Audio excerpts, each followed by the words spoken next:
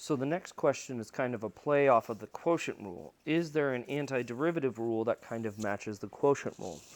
And the short answer is no. The long answer is yes, but you're not really going to learn that this semester. So this semester, anytime you see a fraction, I want you to look for a trick.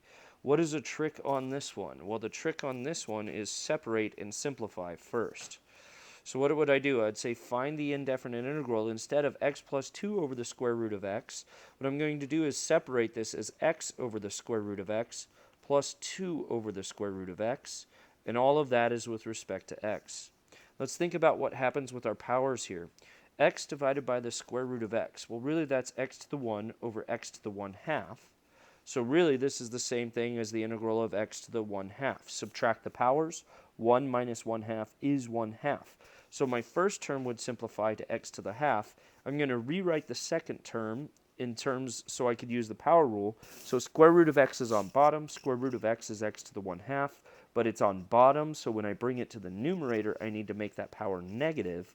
So it would be x to the negative 1/2. Again, it would be 1/2 in the denominator. Bringing it up makes it negative. That's with respect to x. Now I can integrate each one of these terms. Here's the work that I expect you to show at this point in time. I know I'm going to be using the power rule. The power rule says take the power, which is 1/2, and add 1. If you're not good at it, please write it down and use your calculator. 1/2 plus 1 is 3/2.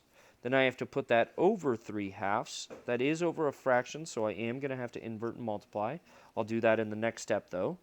Plus 2 times x to the negative 1/2. So what's negative 1/2 plus 1? Negative 1/2 plus 1 is 1/2. So that would be x to the positive 1/2 over 1/2. Remember, you have to divide by the exact same number. I do want to look at those bottom two fractions. Because it's a fraction on bottom, I'm going to invert and multiply, which is multiplying by the reciprocal. So I'm going to go ahead and simplify now. If I take 3/2 and flip it, I'd really be multiplying by 2/3. So I'd have 2/3 times x to the 3/2 plus, on this one I have 2, or 1/2 in the denominator. I flip it, I end up with 2 over 1. So really I have 2 times 2x to the 1/2. Or I can even write it as 2 over 1 if that helps you. And then never forget that plus c. You only need to write the plus c in your final answer. Just don't forget it.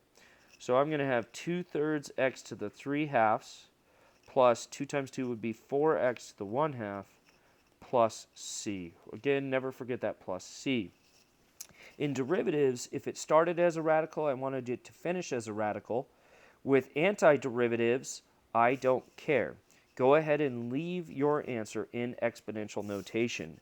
If the computer software such as WebAssign accepts it as exponential notation, this is perfectly fine. Now, if you did convert it back to a radical notation, I still would give you credit. I just don't expect you to do it. So we do have an answer here. The original question said, find the function where if I take the derivative, I get x plus 2 over the square root of x.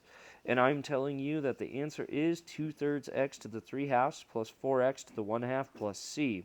How would I know that's right? Well, at this point in time, I could take the derivative of that function.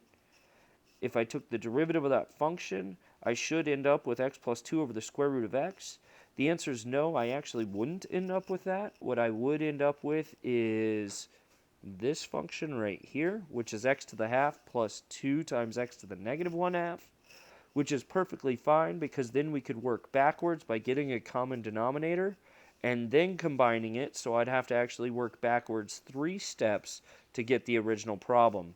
But if I took the derivative of this and worked backwards, I would be able to get the original function.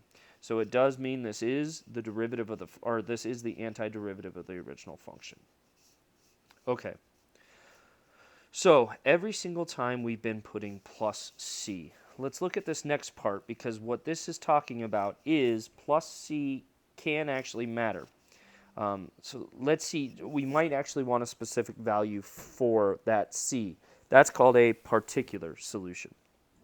So in this problem it says, look, if we integrated 3x squared minus 1 with respect to x, if we integrated 3x squared minus 1 with respect to x, we would get x cubed. Let's see if we would get that. Let's think about this real quick. If we integrated 3x squared minus 1 with respect to x, Well, that would be, right, 3 times the integral of x squared with respect to x minus the integral of 1 with respect to x.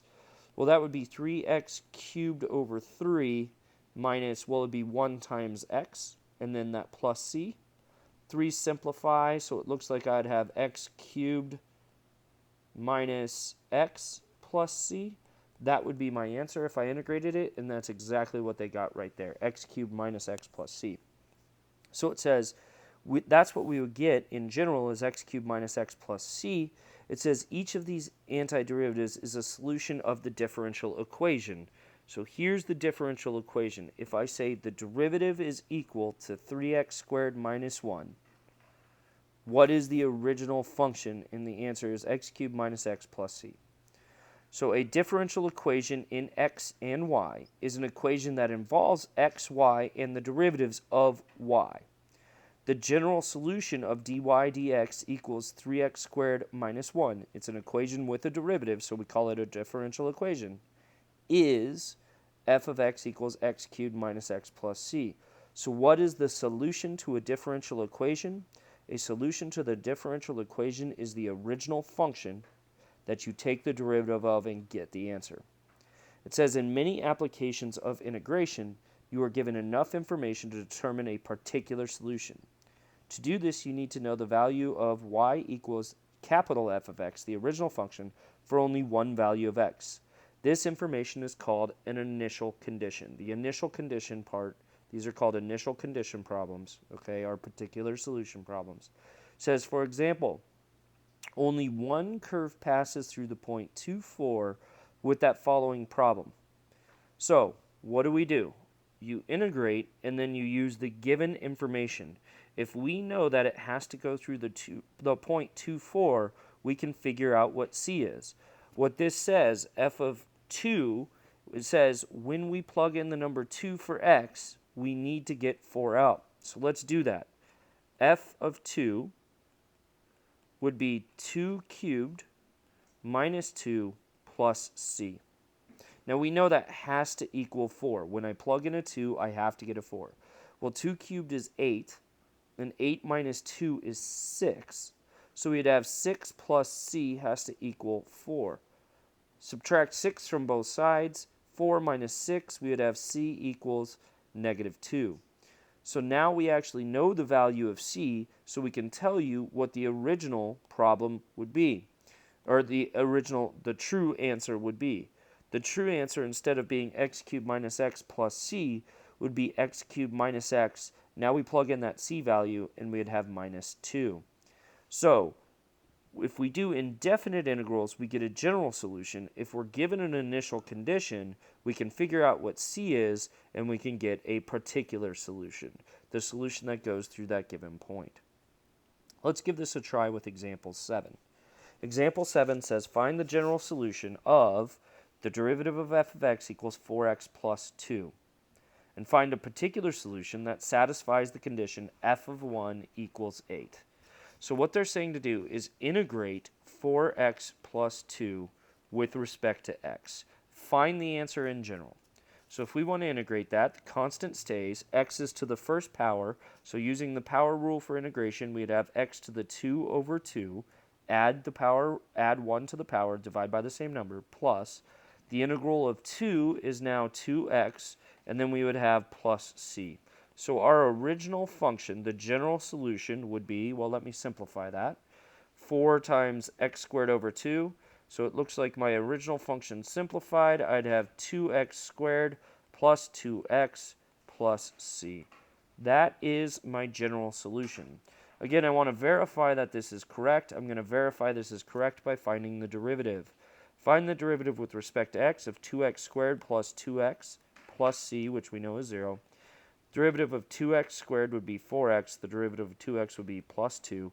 Looks like I have the proper general solution. So now that I have the general solution, I could go in and I can look at the given initial condition. What this says is when I plug in a 1 into the general solution, I need to get 8 out. So when I plug in a 1, which would be 2 times 1 squared plus 2 times 1 plus c, I need to get an 8 out. So I set it equal to 8 and I solve. let's figure this out. 1 squared is 1, times 2 is 2. 2 times 1 is 2. So I'd have 2 plus 2, which is 4, plus c equals 8. Subtract 4 from both sides, and I'd end up with c equals 4. So now I know my value of c, and I can find the particular solution. Rewrite the capital f of x function, the original function, which was 2x squared plus 2x, but instead of putting plus c, now I'm going to put my c value of plus 4.